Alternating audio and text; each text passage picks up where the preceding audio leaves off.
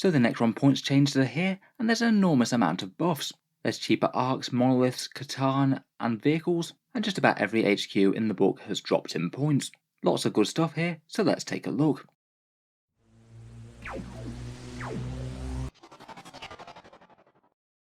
Hello and welcome back to Warspec Tactics, where today we're talking points drops, and it seems that the 40k points cuts are starting to go live, as a lot of people have access to them via the 40k app. At time of recording, Games Workshop haven't officially announced them yet, but I have a feeling that if the changes are coming in the app already, then they're probably going to be announced either later today or maybe tomorrow. It seems that diligent Necron players have already got ahead of the game though, and have basically transcribed the entire list of Necron points changes, so I thought it would be fun to go through to see what's changed and what stayed the same. At the moment, Necrons in 40k are certainly in dire need of help. They had some fairly nice buffs in January, including things like Scorpec Destroyers getting a lot better, but general Codex creep and Armour of Contempt back then appears to have put them back on the back foot, and Games Workshop really does seem to have responded in style. An enormous amount of points got across the Codex, more things seem to have gone down than haven't. It does seem that people have transcribed the list in pretty great detail. If they're catching things like minor changes to war gear for HQs and all the special characters, then I suspect that we've got the full list here. If there's anything that I happen to have missed, I'll post it down in a pinned comment as soon as I get confirmation. In any case, let's jump into it and talk through the squads, then vehicles, then characters and Catan. So first up, quite a lot of the Necron troops and squads have dropped, though it is interesting that on that community poll that I did the other day, one of the single highest voted units that they'd want to see a points cut for were Necron warriors, and these guys have unfortunately remained the same. To be honest, I probably do get why Games Workshop didn't buff the warriors.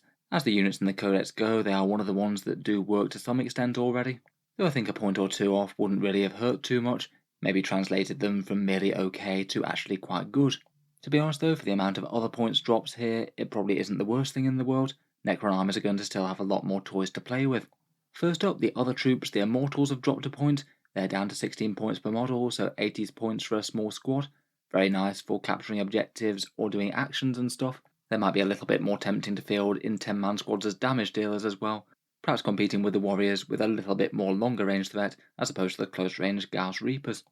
Next up, Lich Guard dropped 3. They're down 25 points or an 11% cut. I do see why these guys dropped, to be honest. People did used to take them quite regularly, but now as a close combat hammer units, people seem to prefer Scorpex or Wraiths. The Lich Guard just didn't really compete amazingly against those guys. Very nice that they got a drop. Sword and Shield Lich Guards will be a bit more of an annoying anvil to remove and not feel quite as painful when you lose one. In a similar vein, Triarch Praetorians have also dropped 3 points. They're down to 22. Certainly solid enough as a fast-moving, hard-hitting threat. They'll be pairing excellently with the Silent King, who was already very efficient, and he went down as well. They can make very good use of his rerolls. Next up, the Hexmark Destroyer drops 10 points down to 65. I kind of feel that was a win on my prediction there. It was one of the points changes that I suggested by exactly that amount, and I certainly think he needed it. His firepower felt very underwhelming for the cost. He's still kind of a specialist, going to be best at hunting light one-wound infantry without too much armour, but he can still be useful for things like bearing relics, and perhaps more importantly giving command protocols and things to deep striking units maybe like flayed ones.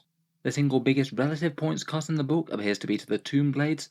At base they're down 5 points to 20 points, a pretty whopping 20% drop there. If you want to field some Necron fast removers, then they're a lot more attractive now. They've always felt like a little bit of a weird unit to me. Fast and moderately durable, a good bit of close range shooting but no enormous amount of melee threat. I think at 20 points we are going to see people using small blocks of them. You could even go for a big squad and actually put some layered buffs on them like my will be done to make them a bit more dangerous. Another big winner are Death Marks. They were 18 points before and very underwhelming for their sniper damage, perhaps competing for one of the worst units in the Codex. They're down 3 to 15 points, so if you want a long-ranged warrior equivalent squad that puts out some long-range fire, they aren't actually the worst now, and now the bodyguard rule got broken in one of the recent FAQs, they might actually be able to hit some characters with those antimatter shots. Another one of the really big winners out of the points changes is the Locust Heavy Destroyer. That's down 5 points to 50, a fairly solid 9% decrease, and perhaps one of the most relevant out of any of these changes, as they were already taken competitively fairly often, as they do have those massive 3d3 damage shots. I thought they were fairly good for Necrons at 55, they're now going to be pretty awesome at 50. 2 units of these floating around in the backfield for 300 points seems really quite nice. The anti-tank shots are just a threat that you can't really ignore. They'll also be extra cheap just for expendable units to throw onto objectives while also providing some good fire. Overall, I think that these are just going to appear in quite a lot of lists. The Locust Destroyers finally also dropped as well, down 5 points to 40 or a 12% reduction. A bit more general purpose, a little bit harder to shift than the Locust Heavies. I still think that the Locust Heavies are stronger overall, but I think the Locust ones are actually getting to the point where they're actually fairly solid firepower now. Previously they were always just a bit lackluster and quite fragile for the cost. Overall, it's a solid set of changes for the squads. I think perhaps the biggest winners here are the Tomb Blades, Locust Heavies, and probably the Lich Guard and Triarch Praetorians. They're all decent buffs to already solid units, and I think the Necron players are going to have fun playing with them. Vehicles next, and again these changes might be a little bit less all-encompassing, but still rather a lot of cuts across the Necron's various hovering units in their motor pool. At least from these initial leaks, there don't appear to be any changes to the Doomstalker or Doomsday Arc, or anything for the Annihilation Barge, all of which could have done either with fewer points or amped up weapons, I think. Particularly that Doomstalker, which I don't think competes very well with its Arc equivalent at the moment. I feel like if these had dropped in points, then people would have spotted these by now. If I do learn anything about them having gone down, then I'll update it in a pinned comment. In any case though, we're starting out strong with the Ghost Arc going down 15, that's down to 130 or 10% reduction, and it's just all around more efficient as a transport now. It'll get you blocks of 10 warriors where they need to go, and it's got rather efficient anti-infantry firepower when they get there. In general, I think fewer people had been using Ghost Arcs than towards the beginning of the edition. More value placed in just big blocks of Necron warriors, either on foot or teleporting around with the Veil of Darkness, but I think that this will make it a lot more viable just to have 10 model squads in these and zoom them onto the midfield objectives. They're not too bad with their repair rules for the warriors when they're down as well. Then we've got the Triarch Stalker, which was very rarely seen in any sort of competitive list. 15 points down to 120 base, but you still have to pay extra for the heat ray and things. That one's a 12% reduction, so decently improved. It still kind of depends on how viable Necron shooting is overall, I think, as while its damage output isn't absolutely terrible, I think still the main reason to bring it is to get the rerolls against one given enemy unit that it can mark. Next, the Flyers have dropped in points. The Doom Scythe is down to 165 points, a 15-point drop or 8%, and the Night Scythe is down 10 points to 120 points, again an 8% cut. The Doom Scythe typically was taken even less regularly than Doomstalkers or Doomsday Arcs if you did want your Doom-related anti-tank firepower. I think at 165 it actually competes fairly well with those now. The thing does pay a bit of a premium for mobility though, as it can zoom to the other side of the board and hopefully get line of sight on things that it wouldn't normally be able to. With the Locust Heavy Destroyers dropping, I do feel like it's probably still going to be them that are the most solid choice for anti-tank, but if you did happen to have Doom Scythes about in your army, then it's certainly a bit less punishing to take them. The Night Side I still think could be interesting for just a single squad and using that stratagem to allow you to get out and charge very close. And if the Night Side is a lot cheaper, then that's going to be a lot more tempting to do. Still probably not at the level where you'd want to field them en masse or anything, not that you can as you can only take 2 flyers at the moment. But again, doing that got a little bit better if you did want to deliver some Scorpet Destroyers or Lich Guard or something. Next up, and a rather fun one, was the points cut to the Monolith. That one is down again. It dropped in the previous update and it's dropped more now. It's down 30 points to 300 base, a 9% points decrease. It's not at all bad when it's compared with the command points for super heavy auxiliaries getting even cheaper in the latest chapter approved. I think Monoliths are one of the units that a lot of Necron players would really like to see get good. For a big anvil unit in the centre of your army, it doesn't seem too terrible now, though I must admit 9th edition anti-tank weapons have been getting steadily more lethal as we've gone on. A 2+ save on the Monolith isn't quite as durable as you'd really want it to be. At least things like the Tau Storm Surge are rumoured to have gone up quite significantly, so that thing won't be one-shotting one off the table quite as easy now. Next up, we've got the Obelisk, which is down 30 points to 300, another 9% points cut in line with the Monolith, and to be honest, I'd still want to take a Monolith over that. The Obelisk brings more durability, but having vastly less firepower I think still makes it far worse.